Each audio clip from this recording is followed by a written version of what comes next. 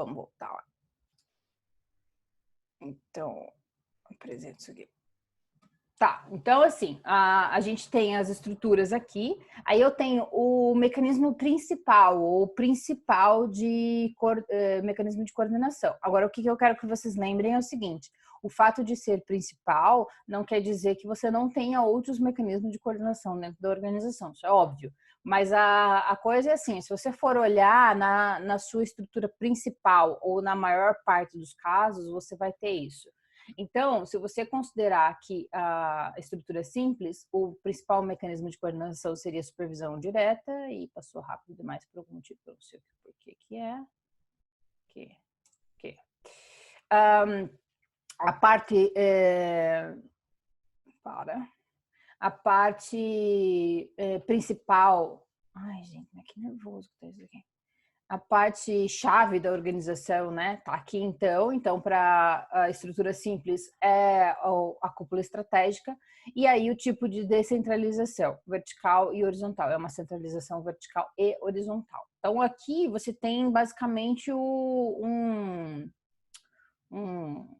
resuminho do negócio, né, aí o meu tá aqui assim, ó. Por quê? Porque o que acontece? Nessa parte do capítulo, ele tenta explicar assim, olha, cada tipo de configuração, cada tipo de estrutura básica que a gente vai olhar lá, as estruturas principais da organização, as configurações das organizações, cada uma delas tende a puxar para o seu próprio lado.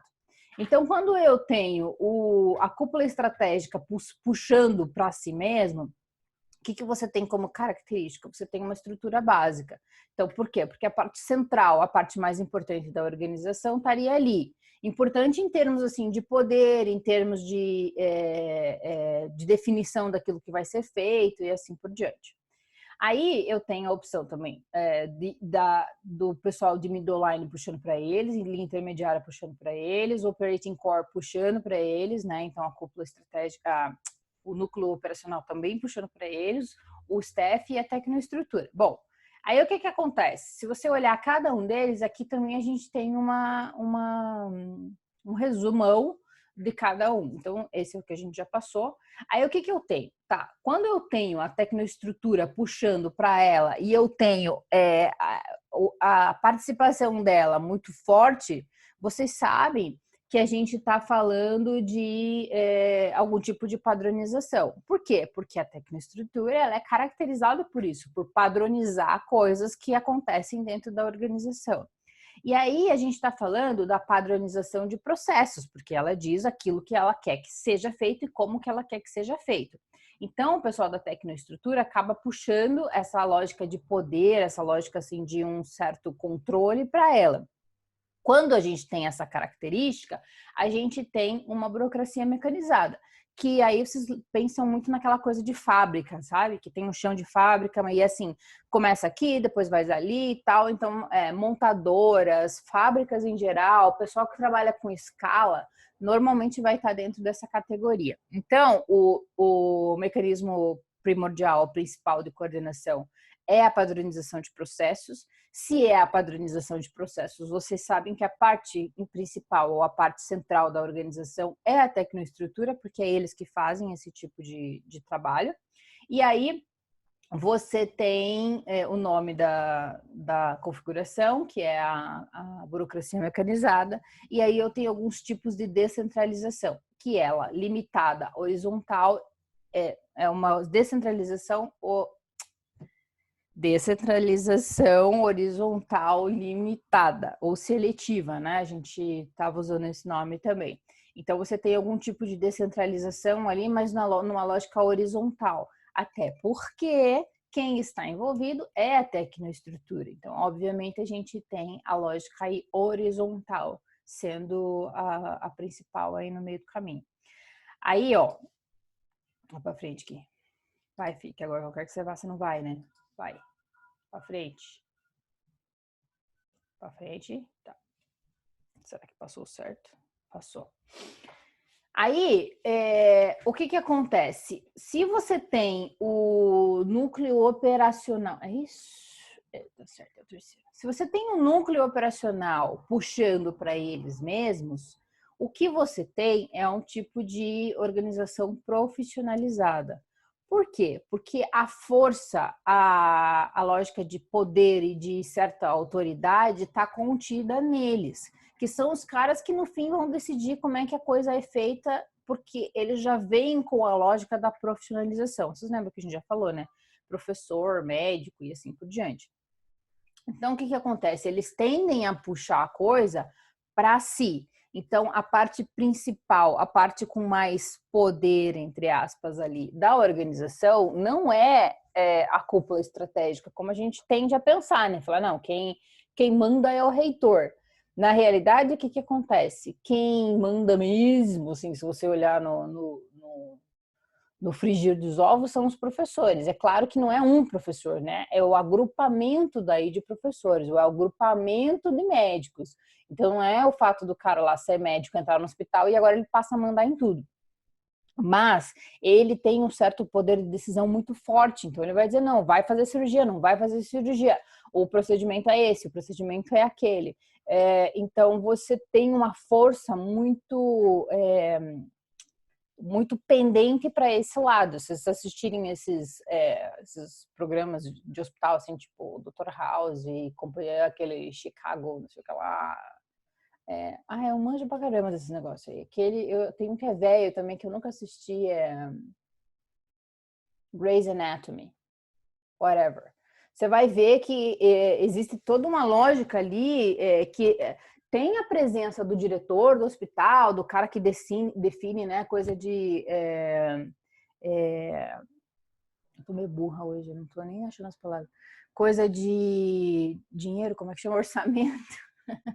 Coisa de orçamento e tudo mais, mas ainda assim existe sempre uma tensão, uma briga, né? Porque daí vai falar com o médico fala, não, mas é importante a gente cuidar do paciente aqui, mesmo que isso seja caro. Daí o cara lá que é da cúpula estratégica fala, não, mas eu não posso, porque senão a gente vai perder todo o lucro do ano, não sei o que lá, e daí fecha o pau e tal, não sei o que. Mas existe uma força muito característica do pessoal, que é Operating Core, que é núcleo operacional. Então, por isso que a parte central da organização, quando é uma estrutura uma burocracia profissionalizada, é o núcleo operacional. E aí, o que acontece? O principal mecanismo de coordenação, se eu estou falando de que é a profissionalização, se eu estou falando que o profissional é o que importa, obviamente que eu estou falando de habilidade. Lembra que a gente já falou sobre isso, que o cara vem já meio pronto, né? Ele já sabe o que ele tem que fazer, então a padronização já vem antes dele entrar na organização. Então, ele já sabe como ser professor, ele foi treinado para ser professor, ele já sabe como ser médico, ele sabe o que tem que ser feito.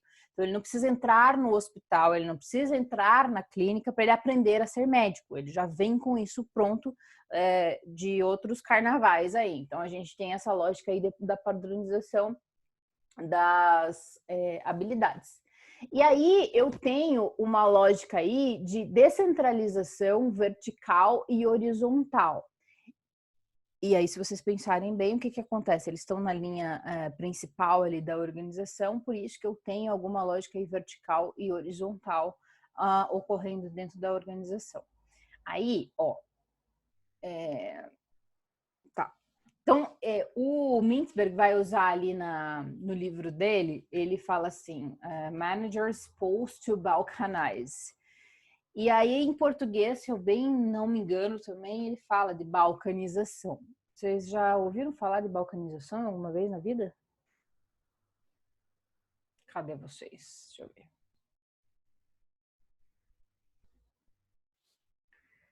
Ai, gente, vai. Eu tô usando duas telas aqui, que assim é super bom para escrever e tal, mas para fazer esse negócio, essa apresentação aqui é meio zoado, viu? Peraí. Que eu não sei mais onde vocês estão, não tá aparecendo, não tá piscando nada, tá... Peraí. Será que isso é uma resposta? Isso deve ser uma resposta de agora. Sim, é uma resposta de agora. Não, pois é. Balcanizar é um termo que o pessoal da história usa muito, da geografia um pouco também, que é a região dos Balcãs ali. Quer ver? Eu até fui procurar, porque eu também nunca tinha me deparado com essa expressão. E aí eu até fui no... Isso aqui é uma balcanização. Então ali tá vendo que tem o tempo ali passando, né? Começa nos anos 1800. E aí o que que acontece? Essa região aqui, ó, da Europa, que tá para trás ali da botinha da Itália, né? É a região dos Balcãs. Essa região aqui os caras se matam desde sempre. E aí, o que que acontece? Cada um puxando para o seu lado e cada um querendo fazer o seu paizinho. Então, eles se matam, vira Iugoslávia. Eles se matam de novo, vira... Calma aí. Vira um monte de paizinho ali que ninguém sabe os nomes. Aí você já tem a Croácia ali se formando. Aí você já tem outros territórios ali que fica aquela briga que a ONU aceita ou não aceita. Depois você tem Bósnia e Herzegovina, a Sérvia, Montenegro. E aí volta lá para o começo a figurinha, né? Você tem o Ottoman Empire aqui, Montenegro ainda está aqui, a Grécia já se formando aqui bem no começo. Aí ainda tá uma briga nessa região aqui. E aí o tempo aqui, ó, tá passando embaixo. Tá, porra. Desculpa. Prof, não tá mostrando a tela. Sério? E não tava antes? Não. Quer dizer, eu tava falando bem louca aqui sem vocês verem a tela? Isso. Obrigada, Henrique. Peraí, então. Vamos lá. Tá, vocês não Não, estão... professora, antes de você entrar no chat ali, tava mostrando a tela para mim, pelo menos. Peraí. Só agora que parou. Então, peraí, vamos compartilhar a tela de Pra novo. mim não tá. Vai, estão vendo o slide agora. Aham. Tá, agora eu vou apresentar o slide. Ele ficou na tela cheia aí? Não. De todo mundo, não ficou? Sim? Trocar telas, deixa eu ver. Ficou também. Ah, Agora ficou. Foi? Apareceu? Aham. Ah, cara, não sei. É porque é o que eu tô falando pra vocês. Tô com duas telas aqui, eu já não sei mais o que vai pra vocês. Tá, mas ó, é isso aqui, ó, tá? Então a data tá passando aqui embaixo. E aí aqui, ó, é esse processo aí de balcanização, que é aqui a região dos Balcãs, né? Aqui pra trás da Itália. Tá aqui a fotinho dos Balcãs aqui. Na verdade, esses caras ficam fechando o pau pra dizer que quem manda na zoeira toda ali é eles, né? Então, em 2008 ali, que quando acaba essa figurinha, que aí você tem vários países ali montados nessa região. Então, por isso que ele chama de balcanização, que é basicamente a galera fechar o pau para conseguir o seu espaço, conseguir os seus limites ali de território. Então, é isso, na verdade, para a gente entender o que é balcanização. Aí, se você voltar aqui, ó, o que a gente está falando? É que o pessoal de linha média, da linha intermediária, eles, o que o Mintzberg está falando? Os caras tendem a puxar para a balcanização. Por quê? Porque eles querem poder para eles. E aí, quando eles querem poder para eles, o que acontece? Você acaba tendo uma certa fragmentação das coisas, porque o que acontece? Você tem ali sei lá, você tem um gerente de vendas, um gerente de marketing, um gerente de produção, um gerente de logística. E aí o que acontece? Cada um deles está puxando para si mesmo, só que eles não têm poder sobre a organização como um todo, eles têm um pedaço ali, né? Eu tenho o cara da vendas, eu tenho o cara da logística. E aí, por conta deles estarem tentando puxar a lógica de poder e aquilo, quem manda aqui somos nós, você tem uma certa fragmentação, por isso que você tem uma balcanização da estrutura organizacional, porque você tem um monte de fragmentação, você tem um monte de mini paísezinhos ali, cada um com o seu reinadozinho. Só que eles não representam a organização isoladamente sozinhos. Então você tem uma região ali complexa, cheia de mini reis, né? Cheia de grandes pessoas dizendo o que faz, o que não faz, mas isso tá fragmentado, não está na mão de uma pessoa só ou de poucas pessoas, porque você tem mais gente ali naquele meio caminho. Então, a principal parte da organização, a parte central da organização, seria a linha intermediária, e eles tendem a ir para... aqui que estava errado, eu sabia que tinha um slide que está com coisa errada. Aqui, ó. Ah, não, mas aqui não foi. Não, peraí. Tem uma coisa errada aqui. Middle line, cadê vocês? Eu sabia que tinha um slide que estava meio estranho aqui. Burocracia profissional, que a gente já viu. Standardization of skills. Ok, cadê vocês? Aqui. Aí... aqui. É isso que a gente estava, né? Da balcanização. Então, o que eu tenho? Eu tenho o nome dessa estrutura aqui é divisionalizada, que é aquela que a gente teve mais dúvidas lá ainda na prova, porque a gente falou muito pouco sobre ela. Então, a estrutura divisionalizada é aquela organização que ela acaba ficando tão grande e ela é tão fragmentada que você tem organizações dentro da organização. Então, uma das características fortes de uma organização divisionalizada é como, por exemplo, a L'Oréal, que é dona de... Eu até mostrei isso esses dias para outra... Deixa eu mostrar para vocês aqui que vocês vão entender. Deixa eu compartilhar a tela certa. Aqui. L'Oréal Brands. Então, a L'Oréal, por exemplo, é uma estrutura divisionalizada. Por quê? Porque a própria L'Oréal é uma... Aqui, esse aqui também dá para ver. Esse aqui. Deixa eu ver se eu consigo abrir ele grande aqui. Abrir em nova guia, como é que faz isso? Salvar imagem como, abrir link em nova guia. Na verdade, eu não queria abrir o link, eu queria abrir essa imagem, mas vamos ver se eu abro aqui. A própria L'Oréal, vocês sabem que é uma marca em si, só que ela é dona de várias outras marcas, que a gente às vezes nem sabe que ela é, né? Então aqui, ó, tá o grupo da L'Oréal, tá? Então a L'Oréal, ela é uma empresa dona... Não, obrigada. Ela é dona de várias outras marcas. Por exemplo, a NYX, que é uma marca mais popular, assim, de cosméticos, a Vichy, que não é nada popular, a La Roche, que também não é extremamente popular, a Biotherm, que é um pouquinho mais, a Garnier, que vocês conhecem, essa é uma empresa de esmaltes e tal, também é da L'Oréal, a Kerastase é da L'Oréal, a própria L'Oréal é da L'Oréal, né, daí a marca enquanto estrutura, assim, daí de coisas, né, que ela vende. A Maybelline é da L'Oréal, a Urban Decay é da L'Oréal, a The Body Shop é da L'Oréal, a Ralph Lauren também é da L'Oréal. Ou seja, todo mundo aqui é da L'Oréal. Aí o que acontece? Você tem uma estrutura divisionalizada aqui. Como é que é isso? Deixa eu desenhar aqui. Vou voltar para o lado.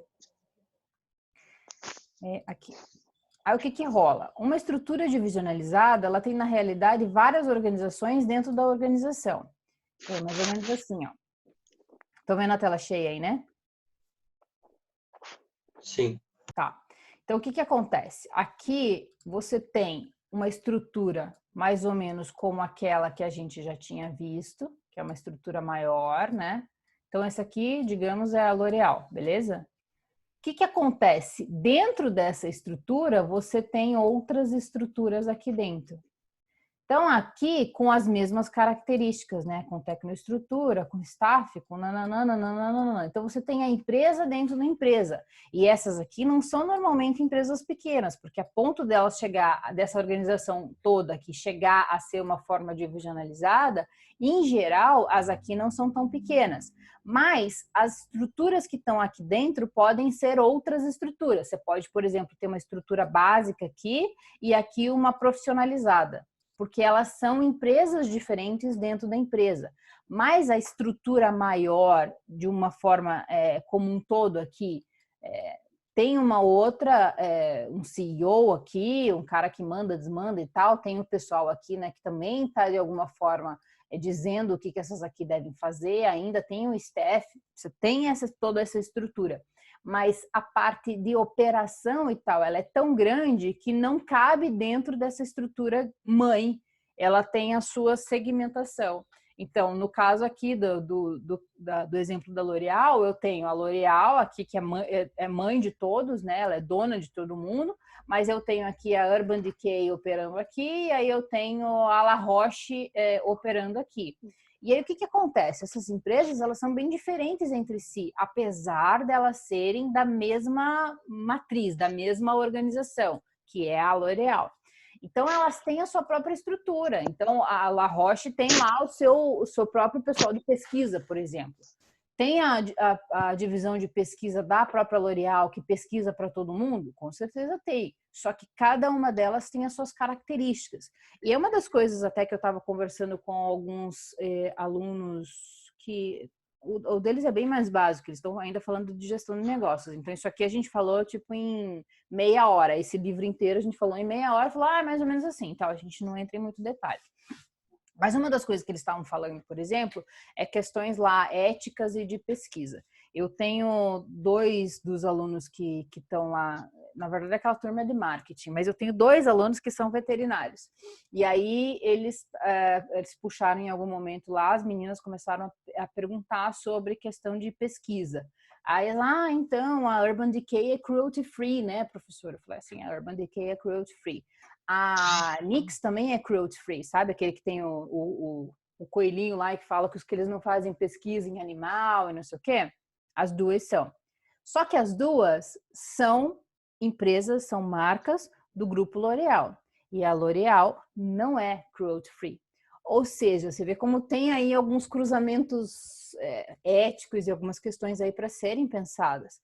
As 2, NYX e Urban Decay, por exemplo, não fazem pesquisas com animais e tudo mais. Mas a L'Oréal, que é a dona de todo mundo, não tem esse selo, não é próprio dela esse selo. Ou seja, a pergunta que se faz é, será que a L'Oréal não faz as suas próprias pesquisas e os resultados dessas pesquisas não são utilizados de alguma forma pela Urban Decay e pela NYX, que são, a princípio, as organizações que não fazem as pesquisas, mas de alguma forma elas tiram algum proveito das pesquisas que são feitas, inclusive dentro da sua própria organização mãe, que é a L'Oréal. Então você tem aí alguns imbricamentos de uma coisa com a outra, né? Apesar da NYX, Urban Decay, cada uma delas ser uma organização isolada que tem uma estrutura debaixo de uma maior, algumas coisas ali se cruzam em algum momento. Então, você tem um alinhamento que converge, e às vezes nem tanto, com o que a estrutura mãe tem como princípio. Então, isso é uma das características da estrutura divisionalizada. E por que a gente está falando sobre a questão da parte central da organização ser a middle line? Deixa eu... Peraí, que eu não sei mais onde eu estou aqui. Peraí, nós estamos aqui. Compartilhar a tela aqui. Então, você tem ali como principal parte da organização essa parte central aqui da organização. Por quê? Porque esses caras aqui acabam virando os CEOs da organização menor que está dentro da estrutura divisionalizada, entendeu? Esses caras aqui, eles acabam puxando a organização para ela ser a parte principal deles. Por isso ela é divisionalizada. Porque esses caras acabam tendo, dentro da sua própria organização, estão lá na marca que a gente estava falando, da NYX, ele é o cara que manda na NYX, mas ele não é o cara que manda na L'Oréal. Então, você tem uma estrutura que está acima dele, mas ele também tem uma estrutura abaixo dele. Então, a característica da estrutura divisionalizada é essa. E aí, você tem como tipo de descentralização mais aparente ou mais característico desse tipo de organização, a descentralização vertical limitada ou seletiva, que a gente estava usando o nome também, né? Tá, agora deixa eu ver aqui como é que limpa esse troço aqui. Apagador, será? Isso, muito bem, garoto. Então agora a gente vai para o automático de volta, eu quero que você vá para frente. Então a balcanização tá aqui e acabou. E esse é o capítulo. Falei para vocês que ia ser mole hoje? Tá, pergunta. Entenderam até aqui? O compartilhamento da tela parou quando a tela... Ah, tá bom, ok. Dá ok. Vamos dar ok. Entenderam, Você gente? explicar por que funciona a assessoria de apoio quando ela é principal, funciona numa adocracia sendo o ajustamento mútuo principal? Peraí, deixa eu entender a tua pergunta. Vamos achar aqui a tela. Compartilha a tela. Eu tô achando que eu pulei mesmo eu pulei mesmo um slide, que é esse aqui da adocracia, né? A lógica do Mintzberg aqui, e assim, esse eu acho a estrutura mais frágil para explicar, porque a gente acaba colocando o staff ali como central, e o que acontece é que normalmente a gente fala muito pouco do staff, né? A gente não tem muito desenvolvimento nessa área e a gente fica falando muito da questão assim da pesquisa e da tecnoestrutura ser forte para decidir o que o núcleo operacional vai fazer e tal, e a gente fala muito pouco do staff.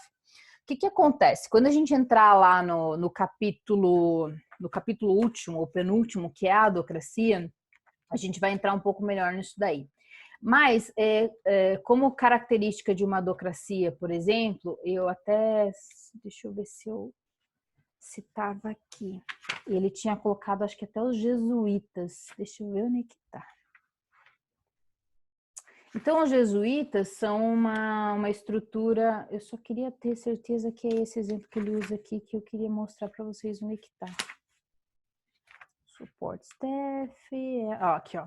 Tá na página 261 para mim. The support staff plays a key role in the adhocracy. In fact, it is key part of the administrative adhocracy, for that is where its configuration houses most of the expert on which it's so dependent. E aí ele fala do operating core. Então, eu só queria achar aqui a parte do jesuíta para vocês. Puta, era bom o exemplo aqui. Peraí, vou achar. Mas a lógica é mais ou menos o seguinte. Você tem um pessoal trabalhando ali...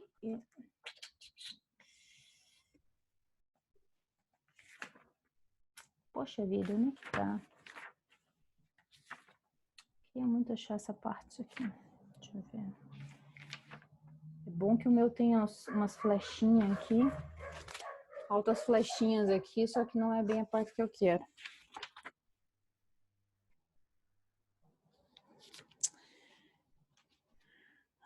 São sistemas sofisticados e tal, estão alguns problemas relacionados à adocracia. Tá, mas eu vou achar o exemplo aqui para vocês olharem ali depois. Mas basicamente, assim, que eu me lembro do exemplo que ele dava, se eu não me engano, eram os jesuítas. A ordem dos jesuítas é uma ordem de religiosos dentro da... Ou era divisionalizado esse exemplo aí? Tá, bom, vamos considerar o seguinte, o que acontece? Quando você tem uma adocracia, a grande questão aqui é que todo mundo tem que colaborar com todo mundo de alguma forma. E onde você tem também o mutual adjustment de uma forma bastante característica, ou bastante forte, você vai encontrar isso no staff justamente porque você tem pessoas ali que conversam entre si, que têm algum tipo de especialização, que podem discutir algumas coisas, mas elas não são donas de ninguém, elas não são pessoas que mandam em outras pessoas de uma forma direta, como o Direct Supervision. A gente tinha aqui alguns exemplos de empresas ou de estruturas ou de departamentos que estão normalmente nessa estrutura de staff. Por exemplo, o pessoal de relações públicas, o pessoal de pesquisa e desenvolvimento, o pessoal que faz a parte de precificação, o pessoal da recepção e tudo mais. Aí o que acontece? A gente tem esses caras aí como a parte central da organização, justamente porque você tem como característica o ajustamento mútuo, ou seja, não são caras que são gerentes diretos ou supervisores diretos ou diretores diretos, mas eles têm bastante influência na organização. E aí, eu não sei se vocês lembram, mas um dos exemplos bem clássicos da adocracia era uma agência de publicidade. E aí você tem os caras que têm a sua especialização, que eles têm um envolvimento muito forte com aquilo que vai ser produzido. Então, chamamos os caras da publicidade lá para falar sobre... vamos fazer uma campanha para Dove, sei lá. Aí você chama os caras lá para fazer a campanha para Dove. E aí você tem os caras que têm as suas próprias especializações, mas o gerente lá, ou o designer, não é necessariamente o cara que manda no cara do marketing, que também não é o cara que manda no cara sei lá, de pesquisa de preço, para ver o que vocês vão sugerir para a Dove lá de precificação. Então, você tem uma característica de uma certa especialização que as pessoas se juntam e se soltam de novo de acordo com aquilo que tem no projeto. E essa é uma característica forte da adocracia. Você tem assim, vamos se juntar aqui, nós em equipe mesmo resolvemos, e aí depois ninguém manda em ninguém. Aqui é uma coisa assim, quase democrática, no sentido de que cada um tem a sua especialidade e a gente faz as coisas em torno disso. E aí você tem uma estrutura organizacional em torno disso. A própria estrutura é assim. Então, assim, a gente tem essas características, às vezes, em alguns só departamentos. Então, você tem pedaços como que parecem uma adocracia dentro da organização, mas ela tem um formato diferente aí enquanto organização. Mas você tem organizações que vão justamente para isso, porque elas são mais soltas. Elas não têm essa estrutura tão formalizada de poder, de autoridade. Tipo, esse manda nesse, esse funcionário desse, essa organização desse. Por isso que a parte que aparece como central é a parte do staff, porque é a galera que tem alguma especialidade, que tem alguma característica ali, mas eles não estão mandando em ninguém, eles não estão padronizando, como no caso da tecnoestrutura, eles não estão padronizando o trabalho de ninguém. O próprio trabalho deles, ele é mais solto, assim, ele tem a sua especialização, mas ele não é no sentido de mandar alguém fazer determinada coisa, como é no caso da tecnoestrutura. Então, o trabalho da tecnoestrutura, quando ela é forte, é dizer para o pessoal do núcleo operacional assim, vocês têm que trabalhar assim, cala a boca, porque eu sou o pesquisador aqui e eu que decidi que é assim que tem que ser. Então, essa característica da tecnoestrutura, eles mandam, eles padronizam o que o núcleo operacional faz. Quando você tem a força no que a gente está aí chamando de support staff, o que acontece? Esses caras não estão trabalhando para dizer para alguém o que esse alguém deve fazer. Eles estão trabalhando entre si mesmo. Então, a coisa ela é muito mais fluida, ela é muito mais solta, ela é muito mais democrática, se essa seria uma boa palavra, nesse sentido. Por isso que aparece o support staff ali. Então, só que aí se você olhar assim a fundo mesmo, você nem tem praticamente um middle line e um operating core, né? Porque você tem os caras ali trabalhando entre eles, normalmente de uma forma em equipe, em times e tudo mais, para resolver uma situação específica, como no caso dos caras de uma agência de publicidade, entra um contrato e aí os caras vão trabalhar meio que juntos para resolver aquilo. Claro que você tem, né, um diretor da agência lá, o dono da agência, seja lá o que for, mas o pessoal que está trabalhando ali, eles não são exatamente operating core, eles não são middle line também, então eles é quase como se o resto da estrutura organizacional fosse meio assim pequena, meio dissolvida, meio anã ali, né? Porque essa parte seria mais importante, mais principal. Por isso que o support staff aparece aqui, tá? Então é a adocracia que eu tinha pulado. E aí, mecanismo principal de coordenação e mutual adjustment e o tipo de descentralização seletiva. Esses aí, então, tá aqui essa... Deixa eu ver se vai aparecer aqui. Tá aqui essa... Como chama essa tabelinha aí? Que fala sobre no meu aqui... Deixa eu ver se vocês conseguem ver. No meu aqui tá aqui. E aí é basicamente uma revisão aqui do que ele vai falar aqui. Aí o que acontece? Na verdade, o autor tá dando um spoiler aí para o que vem depois. É meio que assim, olha, eu tô te mostrando de uma forma genérica e mais em forma de tabelinha que o que vem para depois. Porque na sequência ele já começa a falar das estruturas em si. E aí ele começa com o que estava nessa tabelinha, o primeiro quadradinho aqui é o que ele vai apresentar, que são o básico da organização. Aí a única coisa que ele coloca a mais para os próximos capítulos que estão para além dessa tabelinha que aparece ali, ele começa a falar de fatores situacionais, que é o que a gente estava falando na semana passada. Tipo, a idade da organização, qual que é a estrutura de poder mais frequente, se ela está num ambiente simples ou dinâmico e assim por diante. Então, aqui, a partir daí do capítulo 8 para frente, eles começam a falar de estrutura por estrutura, e aí nesse quadradinho aqui, repete isso que a gente acabou de ver, com mais alguns detalhes aqui que são fatores situacionais que não aparecem nesse capítulo que a gente está vendo agora. E aí sim, ele começa a deixar muito mais claro cada uma das situações. E aí, ó, a adocracia especificamente é o capítulo 11 divisionalizado. Eu acho que a adocracia é o último capítulo, inclusive.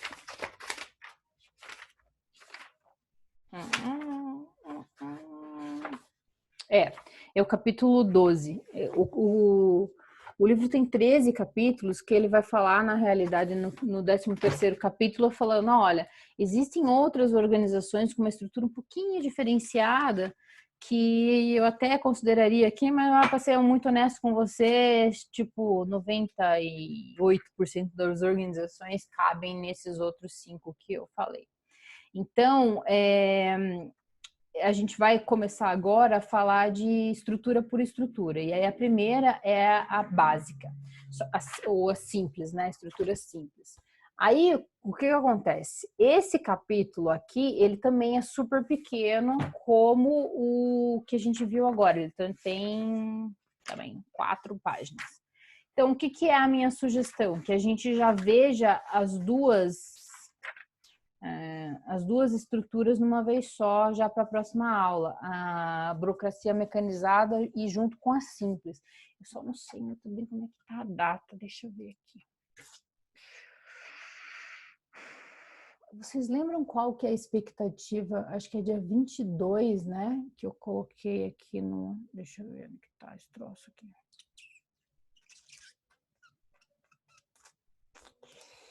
Deixa eu ver se eu coloquei aqui já.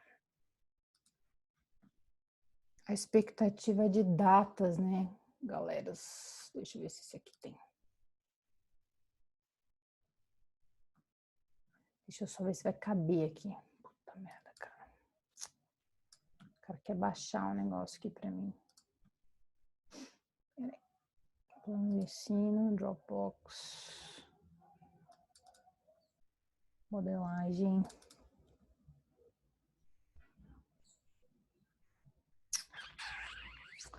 Cadê vocês, amigos? Deixa eu ver aqui.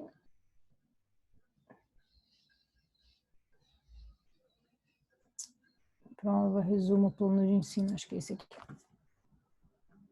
Deixa eu só olhar se eu já coloquei as datas aqui, porque eu tenho a impressão que junho já não era muito para frente de junho que as aulas iam. Deixa eu só ter certeza aqui.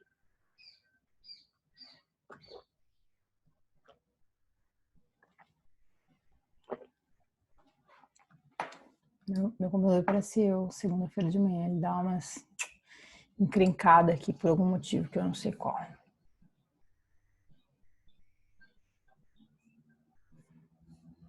Datas, cadê vocês? Não tá aqui. Nossa. Tá, deixa eu só confirmar uma coisa aqui que eu quero saber que dia que acaba as aulas. Se eu não me engano, eu lembro de ter visto que era assim, tipo, muito cedo. Calendário acadêmico 2019, não. Calendário acadêmico 2018, calendário acadêmico 2020, tá aqui. Deixa eu mostrar o certo. Yeah. Cara, tem 200 coisas abertas aqui. Peraí, esse aqui.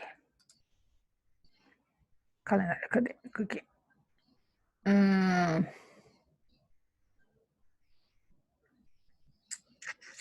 Encerramento das aulas, 20 de junho. E aí eu lembro que acontecia. Dia 15 de junho, então, era inscrições, período de solicitação e mudança, exames finais de 22 a 27, tá? Então, a última semana de aula seria, de vocês, a última aula de vocês seria dia 15 de junho. Só que o que acontece? Normalmente a gente não consegue fazer a prova no último dia de aula, porque se tiver alguma coisa para resolver, tarará, não tem como fazer. Então, se fizer uma prova, a gente teria que fazer, ou alguma entrega de trabalho, seja lá o que for, teria que ser 8 de junho. Então, a gente tem ainda como aula os dias 18, 25 e 1. Ou seja, são mais 3 aulas. Se são mais 3 aulas, a gente tem que fazer as 5 estruturas caberem nas 3 aulas. Ou seja, a gente vai ter que fazer a estrutura simples e a burocrática juntas, dá 1. Profissional é grande. Puta merda. Acho que a profissional a gente vai fazer sozinha, sim. E aí a divisionalizada e a adocracia juntas. A divisionalizada, ela tem umas boas 20 páginas aqui, tá? Mas seja que Deus quiser, vai ter que dar. Tá, gente? Nós vamos ter que fazer isso. Entenderam a lógica aí da coisa? Nós temos mais 3 aulas. Dentro das 3 aulas, a gente tem que finalizar as 5 estruturas básicas. Assim, como eu falei para vocês, como vocês já viram toda a coisa antes, já viram toda a base antes, agora a gente só está montando o quebra-cabeça. No livro, alguns capítulos são um pouco grandes, mas, cara, vocês vão tirar muito de letra, assim, porque vocês entenderam até agora aqui. Então, é basicamente dizer assim, olha, dentro de uma burocracia, o que tende mais a acontecer é isso, isso, isso. Só que nós vamos ter que fazer relativamente rápido. Então, para segunda-feira que vem, a gente vai ter que ver a estrutura simples ou básica e a burocracia mecanizada juntas. Aí depois a gente vê a burocracia profissional sozinha, porque ela é grande. Aí depois a gente vê a divisionalizada e a adocracia juntas. Tá bom? Porque eu tô já avisando que vai ter que ler um monte de coisa de uma pancada só. Gestalt, Tainara. Gestalt, ai meu. Vocês estão achando umas coisas muito loucas, tá? Então assim, ó, Gestalt é uma teoria da psicologia e esse termo vem do alemão. E o que acontece? Na psicologia, os caras vão falar de Gestalt falando de primeiro plano e fundo. Deixa eu ver se tem uma imagem clássica da Gestalt aqui que você vai entender. Peraí. Sim, ó. Peraí, Tainara. Vamos lá, Tainara. Atenção, aula de psicologia aqui. Então, o que acontece? O pessoal da Gestalt vai falar sobre aquilo que a gente tem como percepção. E uma das características da Gestalt é usar essas imagens aqui para falar sobre essas questões aí de percepção. Que aí ela vai falar que existe uma questão de plano e de fundo. Então, deixa eu ver se eu abro essa imagem aqui para você ver.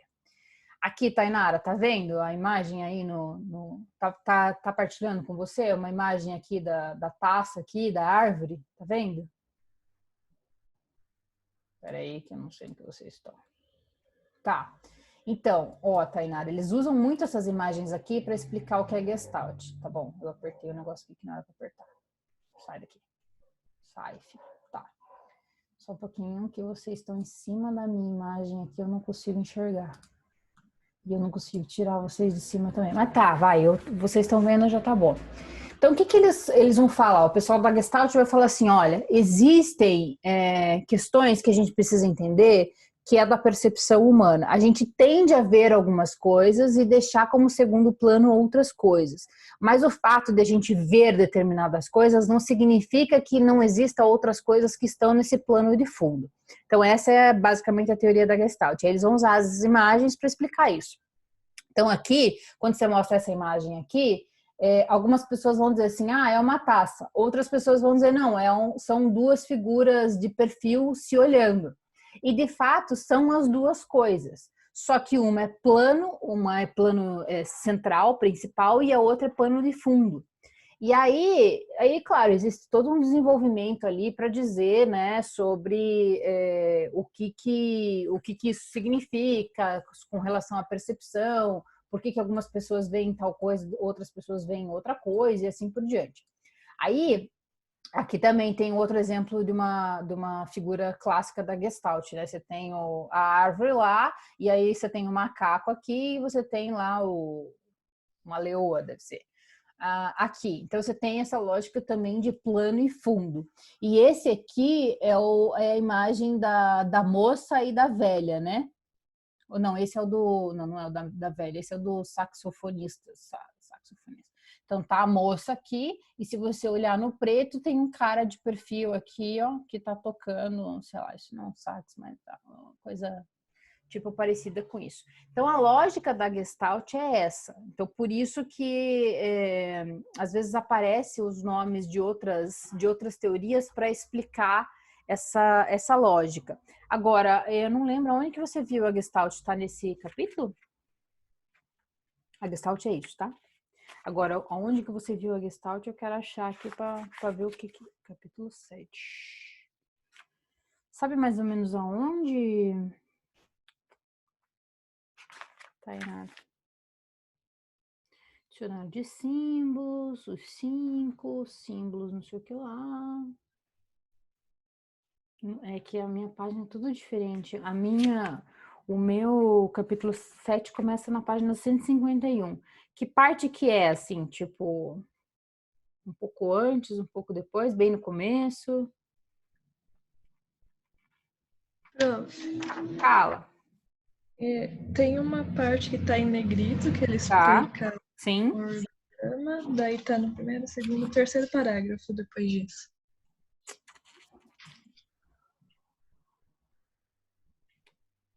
Será que é esse aqui? Terceiro parágrafo. Aqui, ó. Instead, we shall take a systems approach now, treating our configurations of the contingency and structural parameters as gestalts, clusters. Então, é isso que ele está querendo dizer com relação à Gestalt, dizendo assim, ó, agora a gente vai olhar a estrutura das organizações. Então, o que nós vamos fazer? Nós vamos olhar a cara dela, aquilo que ela está se mostrando. Então, como se a gente fosse olhar ali a árvore.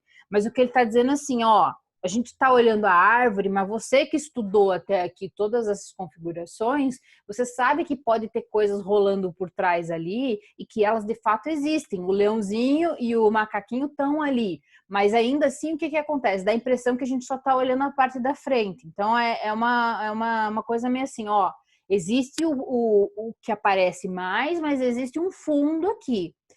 O que ele está querendo dizer é assim, ó, a partir de agora a gente vai olhar muito à frente, mas eu quero que você lembre que eu estou tratando isso como uma Gestalt, uma lógica de Gestalt, que é uma lógica de percepção, ou seja, eu estou escolhendo olhar a parte principal ou aquilo que está mais visível, mas isso não quer dizer que eu estou desconsiderando ou entendendo que não existe a parte que não é tão pungente, que ela tá ali, ela faz parte daquilo, mas não é o que a gente está discutindo agora. Ou seja, ela está presente, ela faz parte da organização, mas o que é mais exterior, o que é mais óbvio agora é o que aparece quando a gente vai falar de estrutura por estrutura. Para mim, está na página 155. Tá? Por isso que ele fala de Gestalt. Esse homem é um homem chique, né, gente? Ele fala de balcanização, ele fala de Gestalt, é uma pessoa assim de outro nível, né? Mas a Gestalt mesmo, ela é uma teoria, é uma linha de raciocínio da psicologia. E ela começa na Alemanha, né? O pessoal que começa a falar da Gestalt começa a falar lá. Mas é uma teoria bastante popular, assim, na psicologia, porque ela fala muito dessa lógica de que você tem coisas que estão muito visíveis, mas tem estruturas que são um pouco mais discretas, menos óbvias, menos aparentes, mas que ainda assim estão lá e que elas estão muito ligadas à lógica de percepção. Bem interessante, Gestalt, inclusive. Inclusive, tem psicólogo que trabalha nessa linha, usando a Gestalt. Bastante. Tem bastante gente que usa também, ficou essa Gestalt em aberto, que também é uma estrutura que a gente usa bastante, um nome que a gente usa bastante, que é tipo assim, é uma coisa que você ainda não fechou, é uma coisa que ficou, é tipo um buraco, algo ali que você precisa considerar. Aí ele também usa bastante, essa Gestalt ficou em aberto. Beleza, Tainara?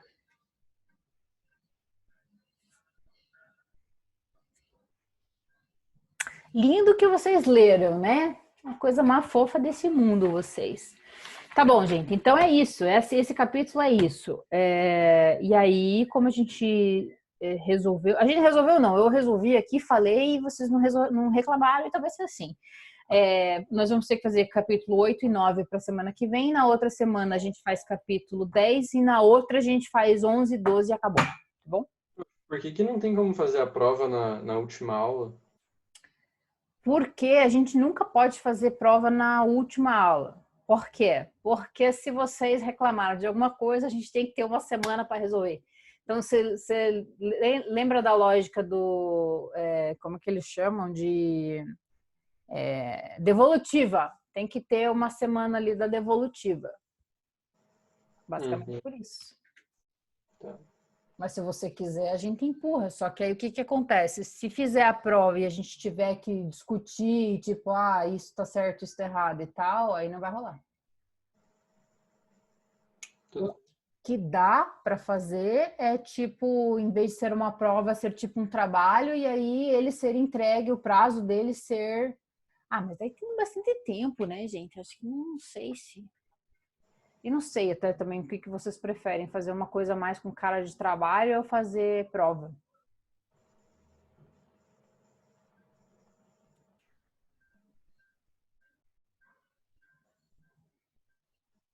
Trabalho? Olá, Lucas, hein? Porque daí eu aperto mais, hein? Prova é melhor porque prova é em um dia só e acabou. Pois Também acho, prova. o trabalho você fica em cima daquilo Prova. 2, 3 semanas, né? O que eu Cara, tava não pensando sei. é que não tem, tipo, como a gente, qualquer coisa, porque provavelmente vai estar EAD, né? Aí faz as duas da semana que vem junta, que é mais fácil. Só que aí, tipo, faz uma por semana, faz a prova na última aula, e aí cria um horário, tipo, talvez faz a prova, tipo, das 8 às 10, e a devolutiva, daí qualquer coisa, aí prolonga esse dia, tipo, já avisa com antecedência, daí fica, tipo, devolutiva quem tiver alguma dúvida ou qualquer coisa, das 10 ao meio-dia. Que a única coisa que é o seguinte, né? Isso funcionaria se eu conseguir fazer uma prova que seja totalmente múltipla escolha. Porque se eu tiver que ler alguma coisa, aí não dá tempo. Porque aí, se tiver alguma pergunta aberta, né, que eu tenha que ler, aí eu não dá tempo. Uhum. Entendi. Tá, mas vamos fazer o seguinte, vamos ver como é que desenvolve a coisa que na semana que vem. Na verdade, da semana que vem não tem erro, porque a estrutura simples ela é muito simples mesmo. Ela até o número de páginas aqui tem tipo 3 páginas, 4. Não tem segredo. É mais assim Mas a adocracia também, ela é grande, mas ela também não é muito complicada. Eu não acho que vocês vão ter problema com isso, sinceramente. Eu acho que tá de boa. Não tem muita treta, não. Acho. Acho não, tenho certeza. Vai dar certo. Vai dar certo. Tá bom? Tranquilo. Uhum. Então, Lucas, você prefere trabalho, mas vai ser prova, é isso?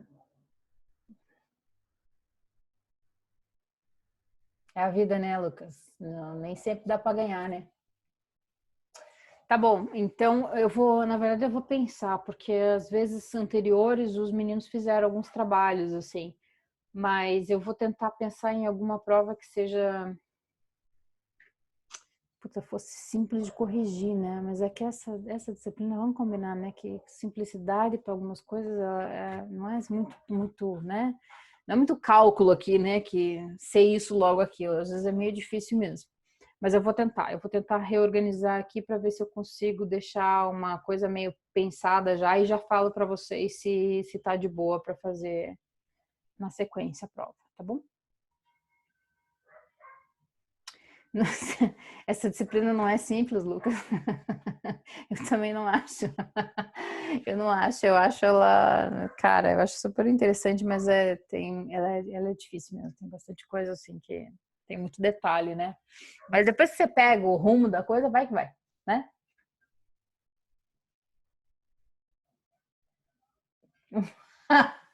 Muita invenção de moda. Ah, Lucas, não é não. Ué, pergunta aí pros meninos. Os meninos estão mandando bem no negócio. É só você entender as peças do quebra-cabeça que agora é só montar. Você vai ver que vai ficar bem mais fácil. Tá bom, gente? Então é isso. Eu nem tinha me tocado que esse capítulo era tão pequeno. A gente podia até ter ido um pouco mais para frente, mas tá tranquilo. E eu acho que fica bem assentado o que a gente discutiu até agora. E aí para a sequência fica mais fácil. Então vocês vão ver que a gente vai passar os capítulos super rápido aí, porque vocês já sabem do que a gente está falando. É só agora juntar todas as peças, tá bom? Dúvidas, senhores? O Lucas tá ali. É muito difícil, mas tá bom. É muito difícil, mas é isso, eu aceito. Eu queria a prova, mas tá bom, vai ser. Deixa eu parar um negócio aqui.